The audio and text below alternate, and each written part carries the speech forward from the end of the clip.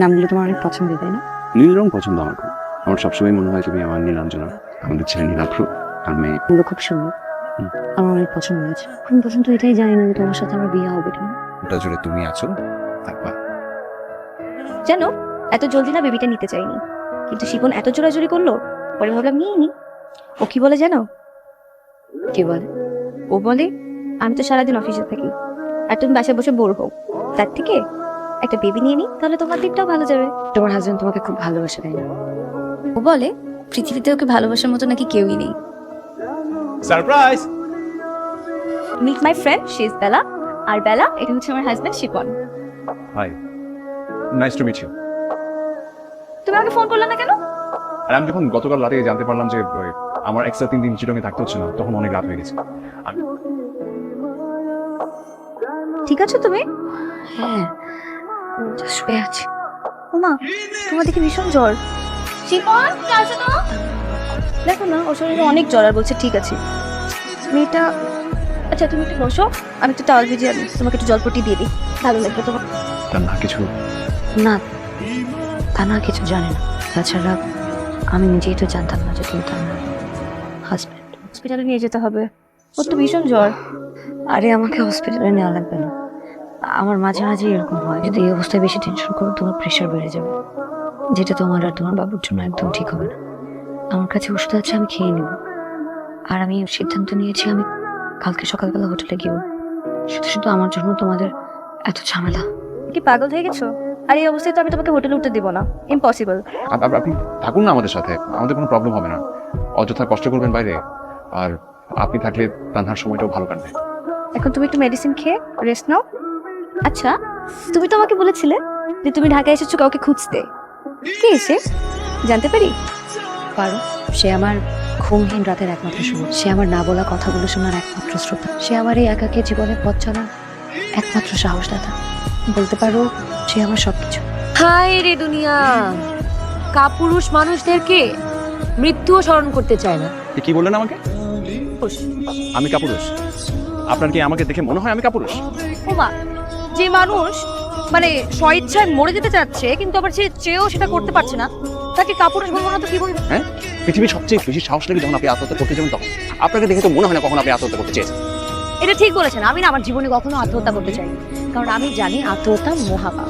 এরকম একটা মহাপাপ আমি করতে চাই। আচ্ছা, আপনি আমাকে একটা কথা বলুন তো, যে কারণে আপনি এই পৃথিবীর মায়া ত্যাগ করতে চাচ্ছেন, সেই কারণটার সাথে যদি ফাইট করে বেঁচেই না থাকতে পারেন, তাহলে এই জীবনের মানেটা কি? আর তাছাড়া এই পৃথিবীতে বেঁচে থাকার জন্য একটা কারণই যথেষ্ট। পৃথিবীতে বেঁচে থাকার জন্য একটা কারণই যথেষ্ট। কি কারণ সেটা? একবার যেহেতু জন্মেছি, সারা জীবনে বেঁচে থাকতে চাই। জীবনে বেঁচে থাকার জন্য একটা কারণই যথেষ্ট। শুধুমাত্র আপনার এই হাসি দেখার জন্য হলেও বেঁচে থাকা যায়। আপনি আমাকে নতুন জীবন দেওয়ার জন্য ধন্যবাদ। তারপর থেকে একটা কথা আমার বারবার মনে হচ্ছিল আপনাকে বলবো। আপনার হাসিটা সুন্দর, এই হাসির জন্য হলেও বেঁচে থাকা যায় পৃথিবীতে। বেলা না ওর বয়ফ্রেন্ডকে খুঁজতে ঢাকায় আসছে। বেলা বলেছে তোমাকে এই কথা? হ্যাঁ, শুনে পুরোটা আজকে খেয়ে গেলাম। বেলার বয়ফ্রেন্ড নাকি একদিন সুসাইড করতে গেছে, সেখান থেকে বেলায় ওকে বাঁচালো। আর তারপরে ছেলেটা বেলার প্রেমে পড়ে যায়। যে বেলার হাসি নাকি এতটাই সুন্দর যে বেলার হাসি দেখার জন্য হলেও পৃথিবীতে বেঁচে থাকতে চাই। আচ্ছা, তোমার এমন কখনো হয়নি? আমার এমন হতে যাবে কেন? কি উল্টাপাল্টা কথা বলছো তুমি? বুঝলাম আমার হাসি খারাপ, তাই বলে কি এতটাই খারাপ যে তোমার একদিন আমার হাসি দেখে পৃথিবীতে বাঁচতে মন চায়নি? না, মানে আমি আমি আমি এটা বলতে চাইনি। মানে তুমি মানুষটাই আমার।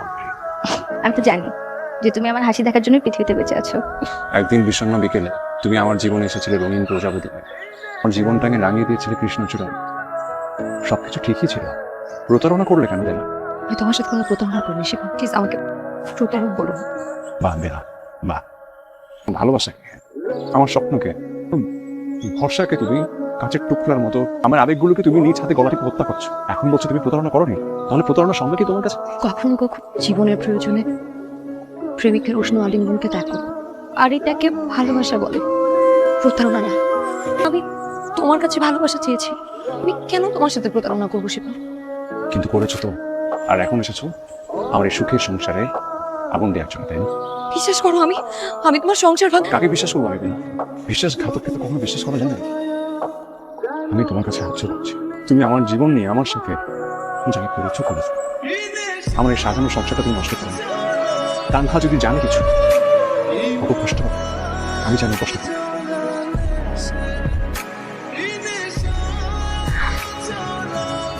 তুমি তো তোমার লাভ স্টোরির বাকি অংশটা আমাকে শুনে দাও। বলো তো, আমি কিন্তু অনেক এক্সাইটেড হয়ে আছি। বুক ফেটে চিৎকার করে আমি আপনাকে একটা কথা বলতে চাই।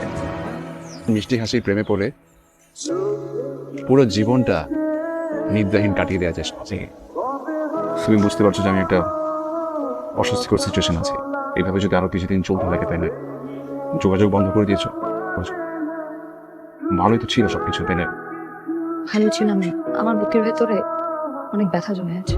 জাস্ট তোমাকে একবারের জন্য দেখতে চেয়েছিলাম, সেই জন্য তুমি ঢাকা কোথায় থাকলো সেটা না জেনে আমি ঢাকার দিকে ছুটে আসি। দেখেছো না আমাকে? তো আছি, সংসার করছি। এখন তো তোমার বুকের ব্যথা নেমে যাওয়ার কথা, তাই না? চাইনি ওকে দেখার পর আমার জীবনটা আবার নতুন করে এলোমেলো হয়ে গেল, ব্যথাটা আরো দ্বিগুণ হয়ে গেল। তাহলে সেদিন চলে গেছে ব্যবসায়ী স্বামী, টাকা পয়সা বাড়ি গাড়ি কোনো কিছু অভাব নেই। আমার ভালোবাসাটা তুচ্ছ হয়ে গেছিল তোমার কাছে। চলে গিয়েছিলেন এক কথা বলে, তুমি কি চেয়েছিলাম? তোমার করে রাখতে চেয়েছিলাম সারা। এটাই আমার ভুল। তুমি জানতে চাও অবশ্য জীবনের এই বেলায় এসে তোমাকে আর কিছু লুকাতে চাই না। তোমাকে বললে হয়তো তুমি যে আমাকে প্রতারক ভাবো, সেই ভুলটা তোমার ভেঙে যাবে। আমি তোমার রিপোর্টগুলো দেখলাম, তোমার ব্লাড ক্যান্সার, এটা খুবই বাজে স্টেজে, লাস্ট স্টেজে নেমে গেছে এখন। তুমি একটু তোমার পরিবারের সাথে কথা বলো। কি হয়েছে বেলা, বলবা তো? আমার বিয়ে ঠিক হয়ে গেছে। মানে তুমি কি বলছো এসব বেলা? বাবা আমার বিয়ে ঠিক করেছে। ছেলে আমেরিকায় থাকে, ছেলের অনেক টাকা পয়সা বাড়ি গাড়ি। বাবা মা ছেলেকে খুব পছন্দ হয়েছে। আমি আমার বাবা মার কথার অবদ্ধ হতে পারবো। ভালো থেকো। আমি আসলে এই কথাগুলো তোমাকে বলতে চাই। আমি নিরুপায় হয়ে তোমার থেকে দূরে সরে গেছি, আমি চেয়েছি তুমি ভালো থাকো। আমাকে এই কথা আগে বললে, তুমি সেদিন বললে না কেন? যেটা চলে গেছে সেটা নিয়ে আর কথা বলে যাবে। এখন আমার একমাত্র চাওয়া হচ্ছে চোখে ঝাড়া দিয়ে দেখে যেতে চাই তুমি প্রেমিক হিসেবে যতটা ভালো ছিলে, স্বামী হিসেবে তুমি তার থেকে অনেক বেশি ভালো। আমি আজকে রাতেই চলে যাবো। তোমার সাথে শেষবারের মতো কথা বলাটা খুব দরকার ছিল। ভালো থেকো। স্বল্প কথা। ঢাকায় কেন আসছো তুমি? আমার জামাকে খুঁজতে, তাই না? সব জেনে গেছি আমি। তোমাদের দুজনের মধ্যে কি চলে? তুমি এক্ষুনি আমার বাসা থেকে বের হও। ক্যান্সারের বেশি বেশি তো মাঝে। হ্যাঁ, এটা সত্যি যে বেলার সাথে আমার সম্পর্ক ছিল, কিন্তু সেটা তো নাই। আমি জানতাম না বেলা তোমাকে, আর বেলাও জানতাম আমি তোমার হাজবেন্ড। শুধু একটা বারের জন্য আমাকে দেখতে এসেছে। তুমি ওকে বুঝো না, ওকে এইভাবে ঘর থেকে বের করে দিও। তুমি প্লিজ আমাকে ভুল বোঝো না। এত কিছু বললে তো একটা বার তোমাদের জীবনের ব্যাপারটা আমাকে জানাতে। আমি তোমাদেরকে ভুল বুঝে কত কিছু শোনাইলাম তোমাকে। সরি বেলা, আর কোথাও যাবে না, তুমি আমার সাথে এখানেই থাকবে। তানহা,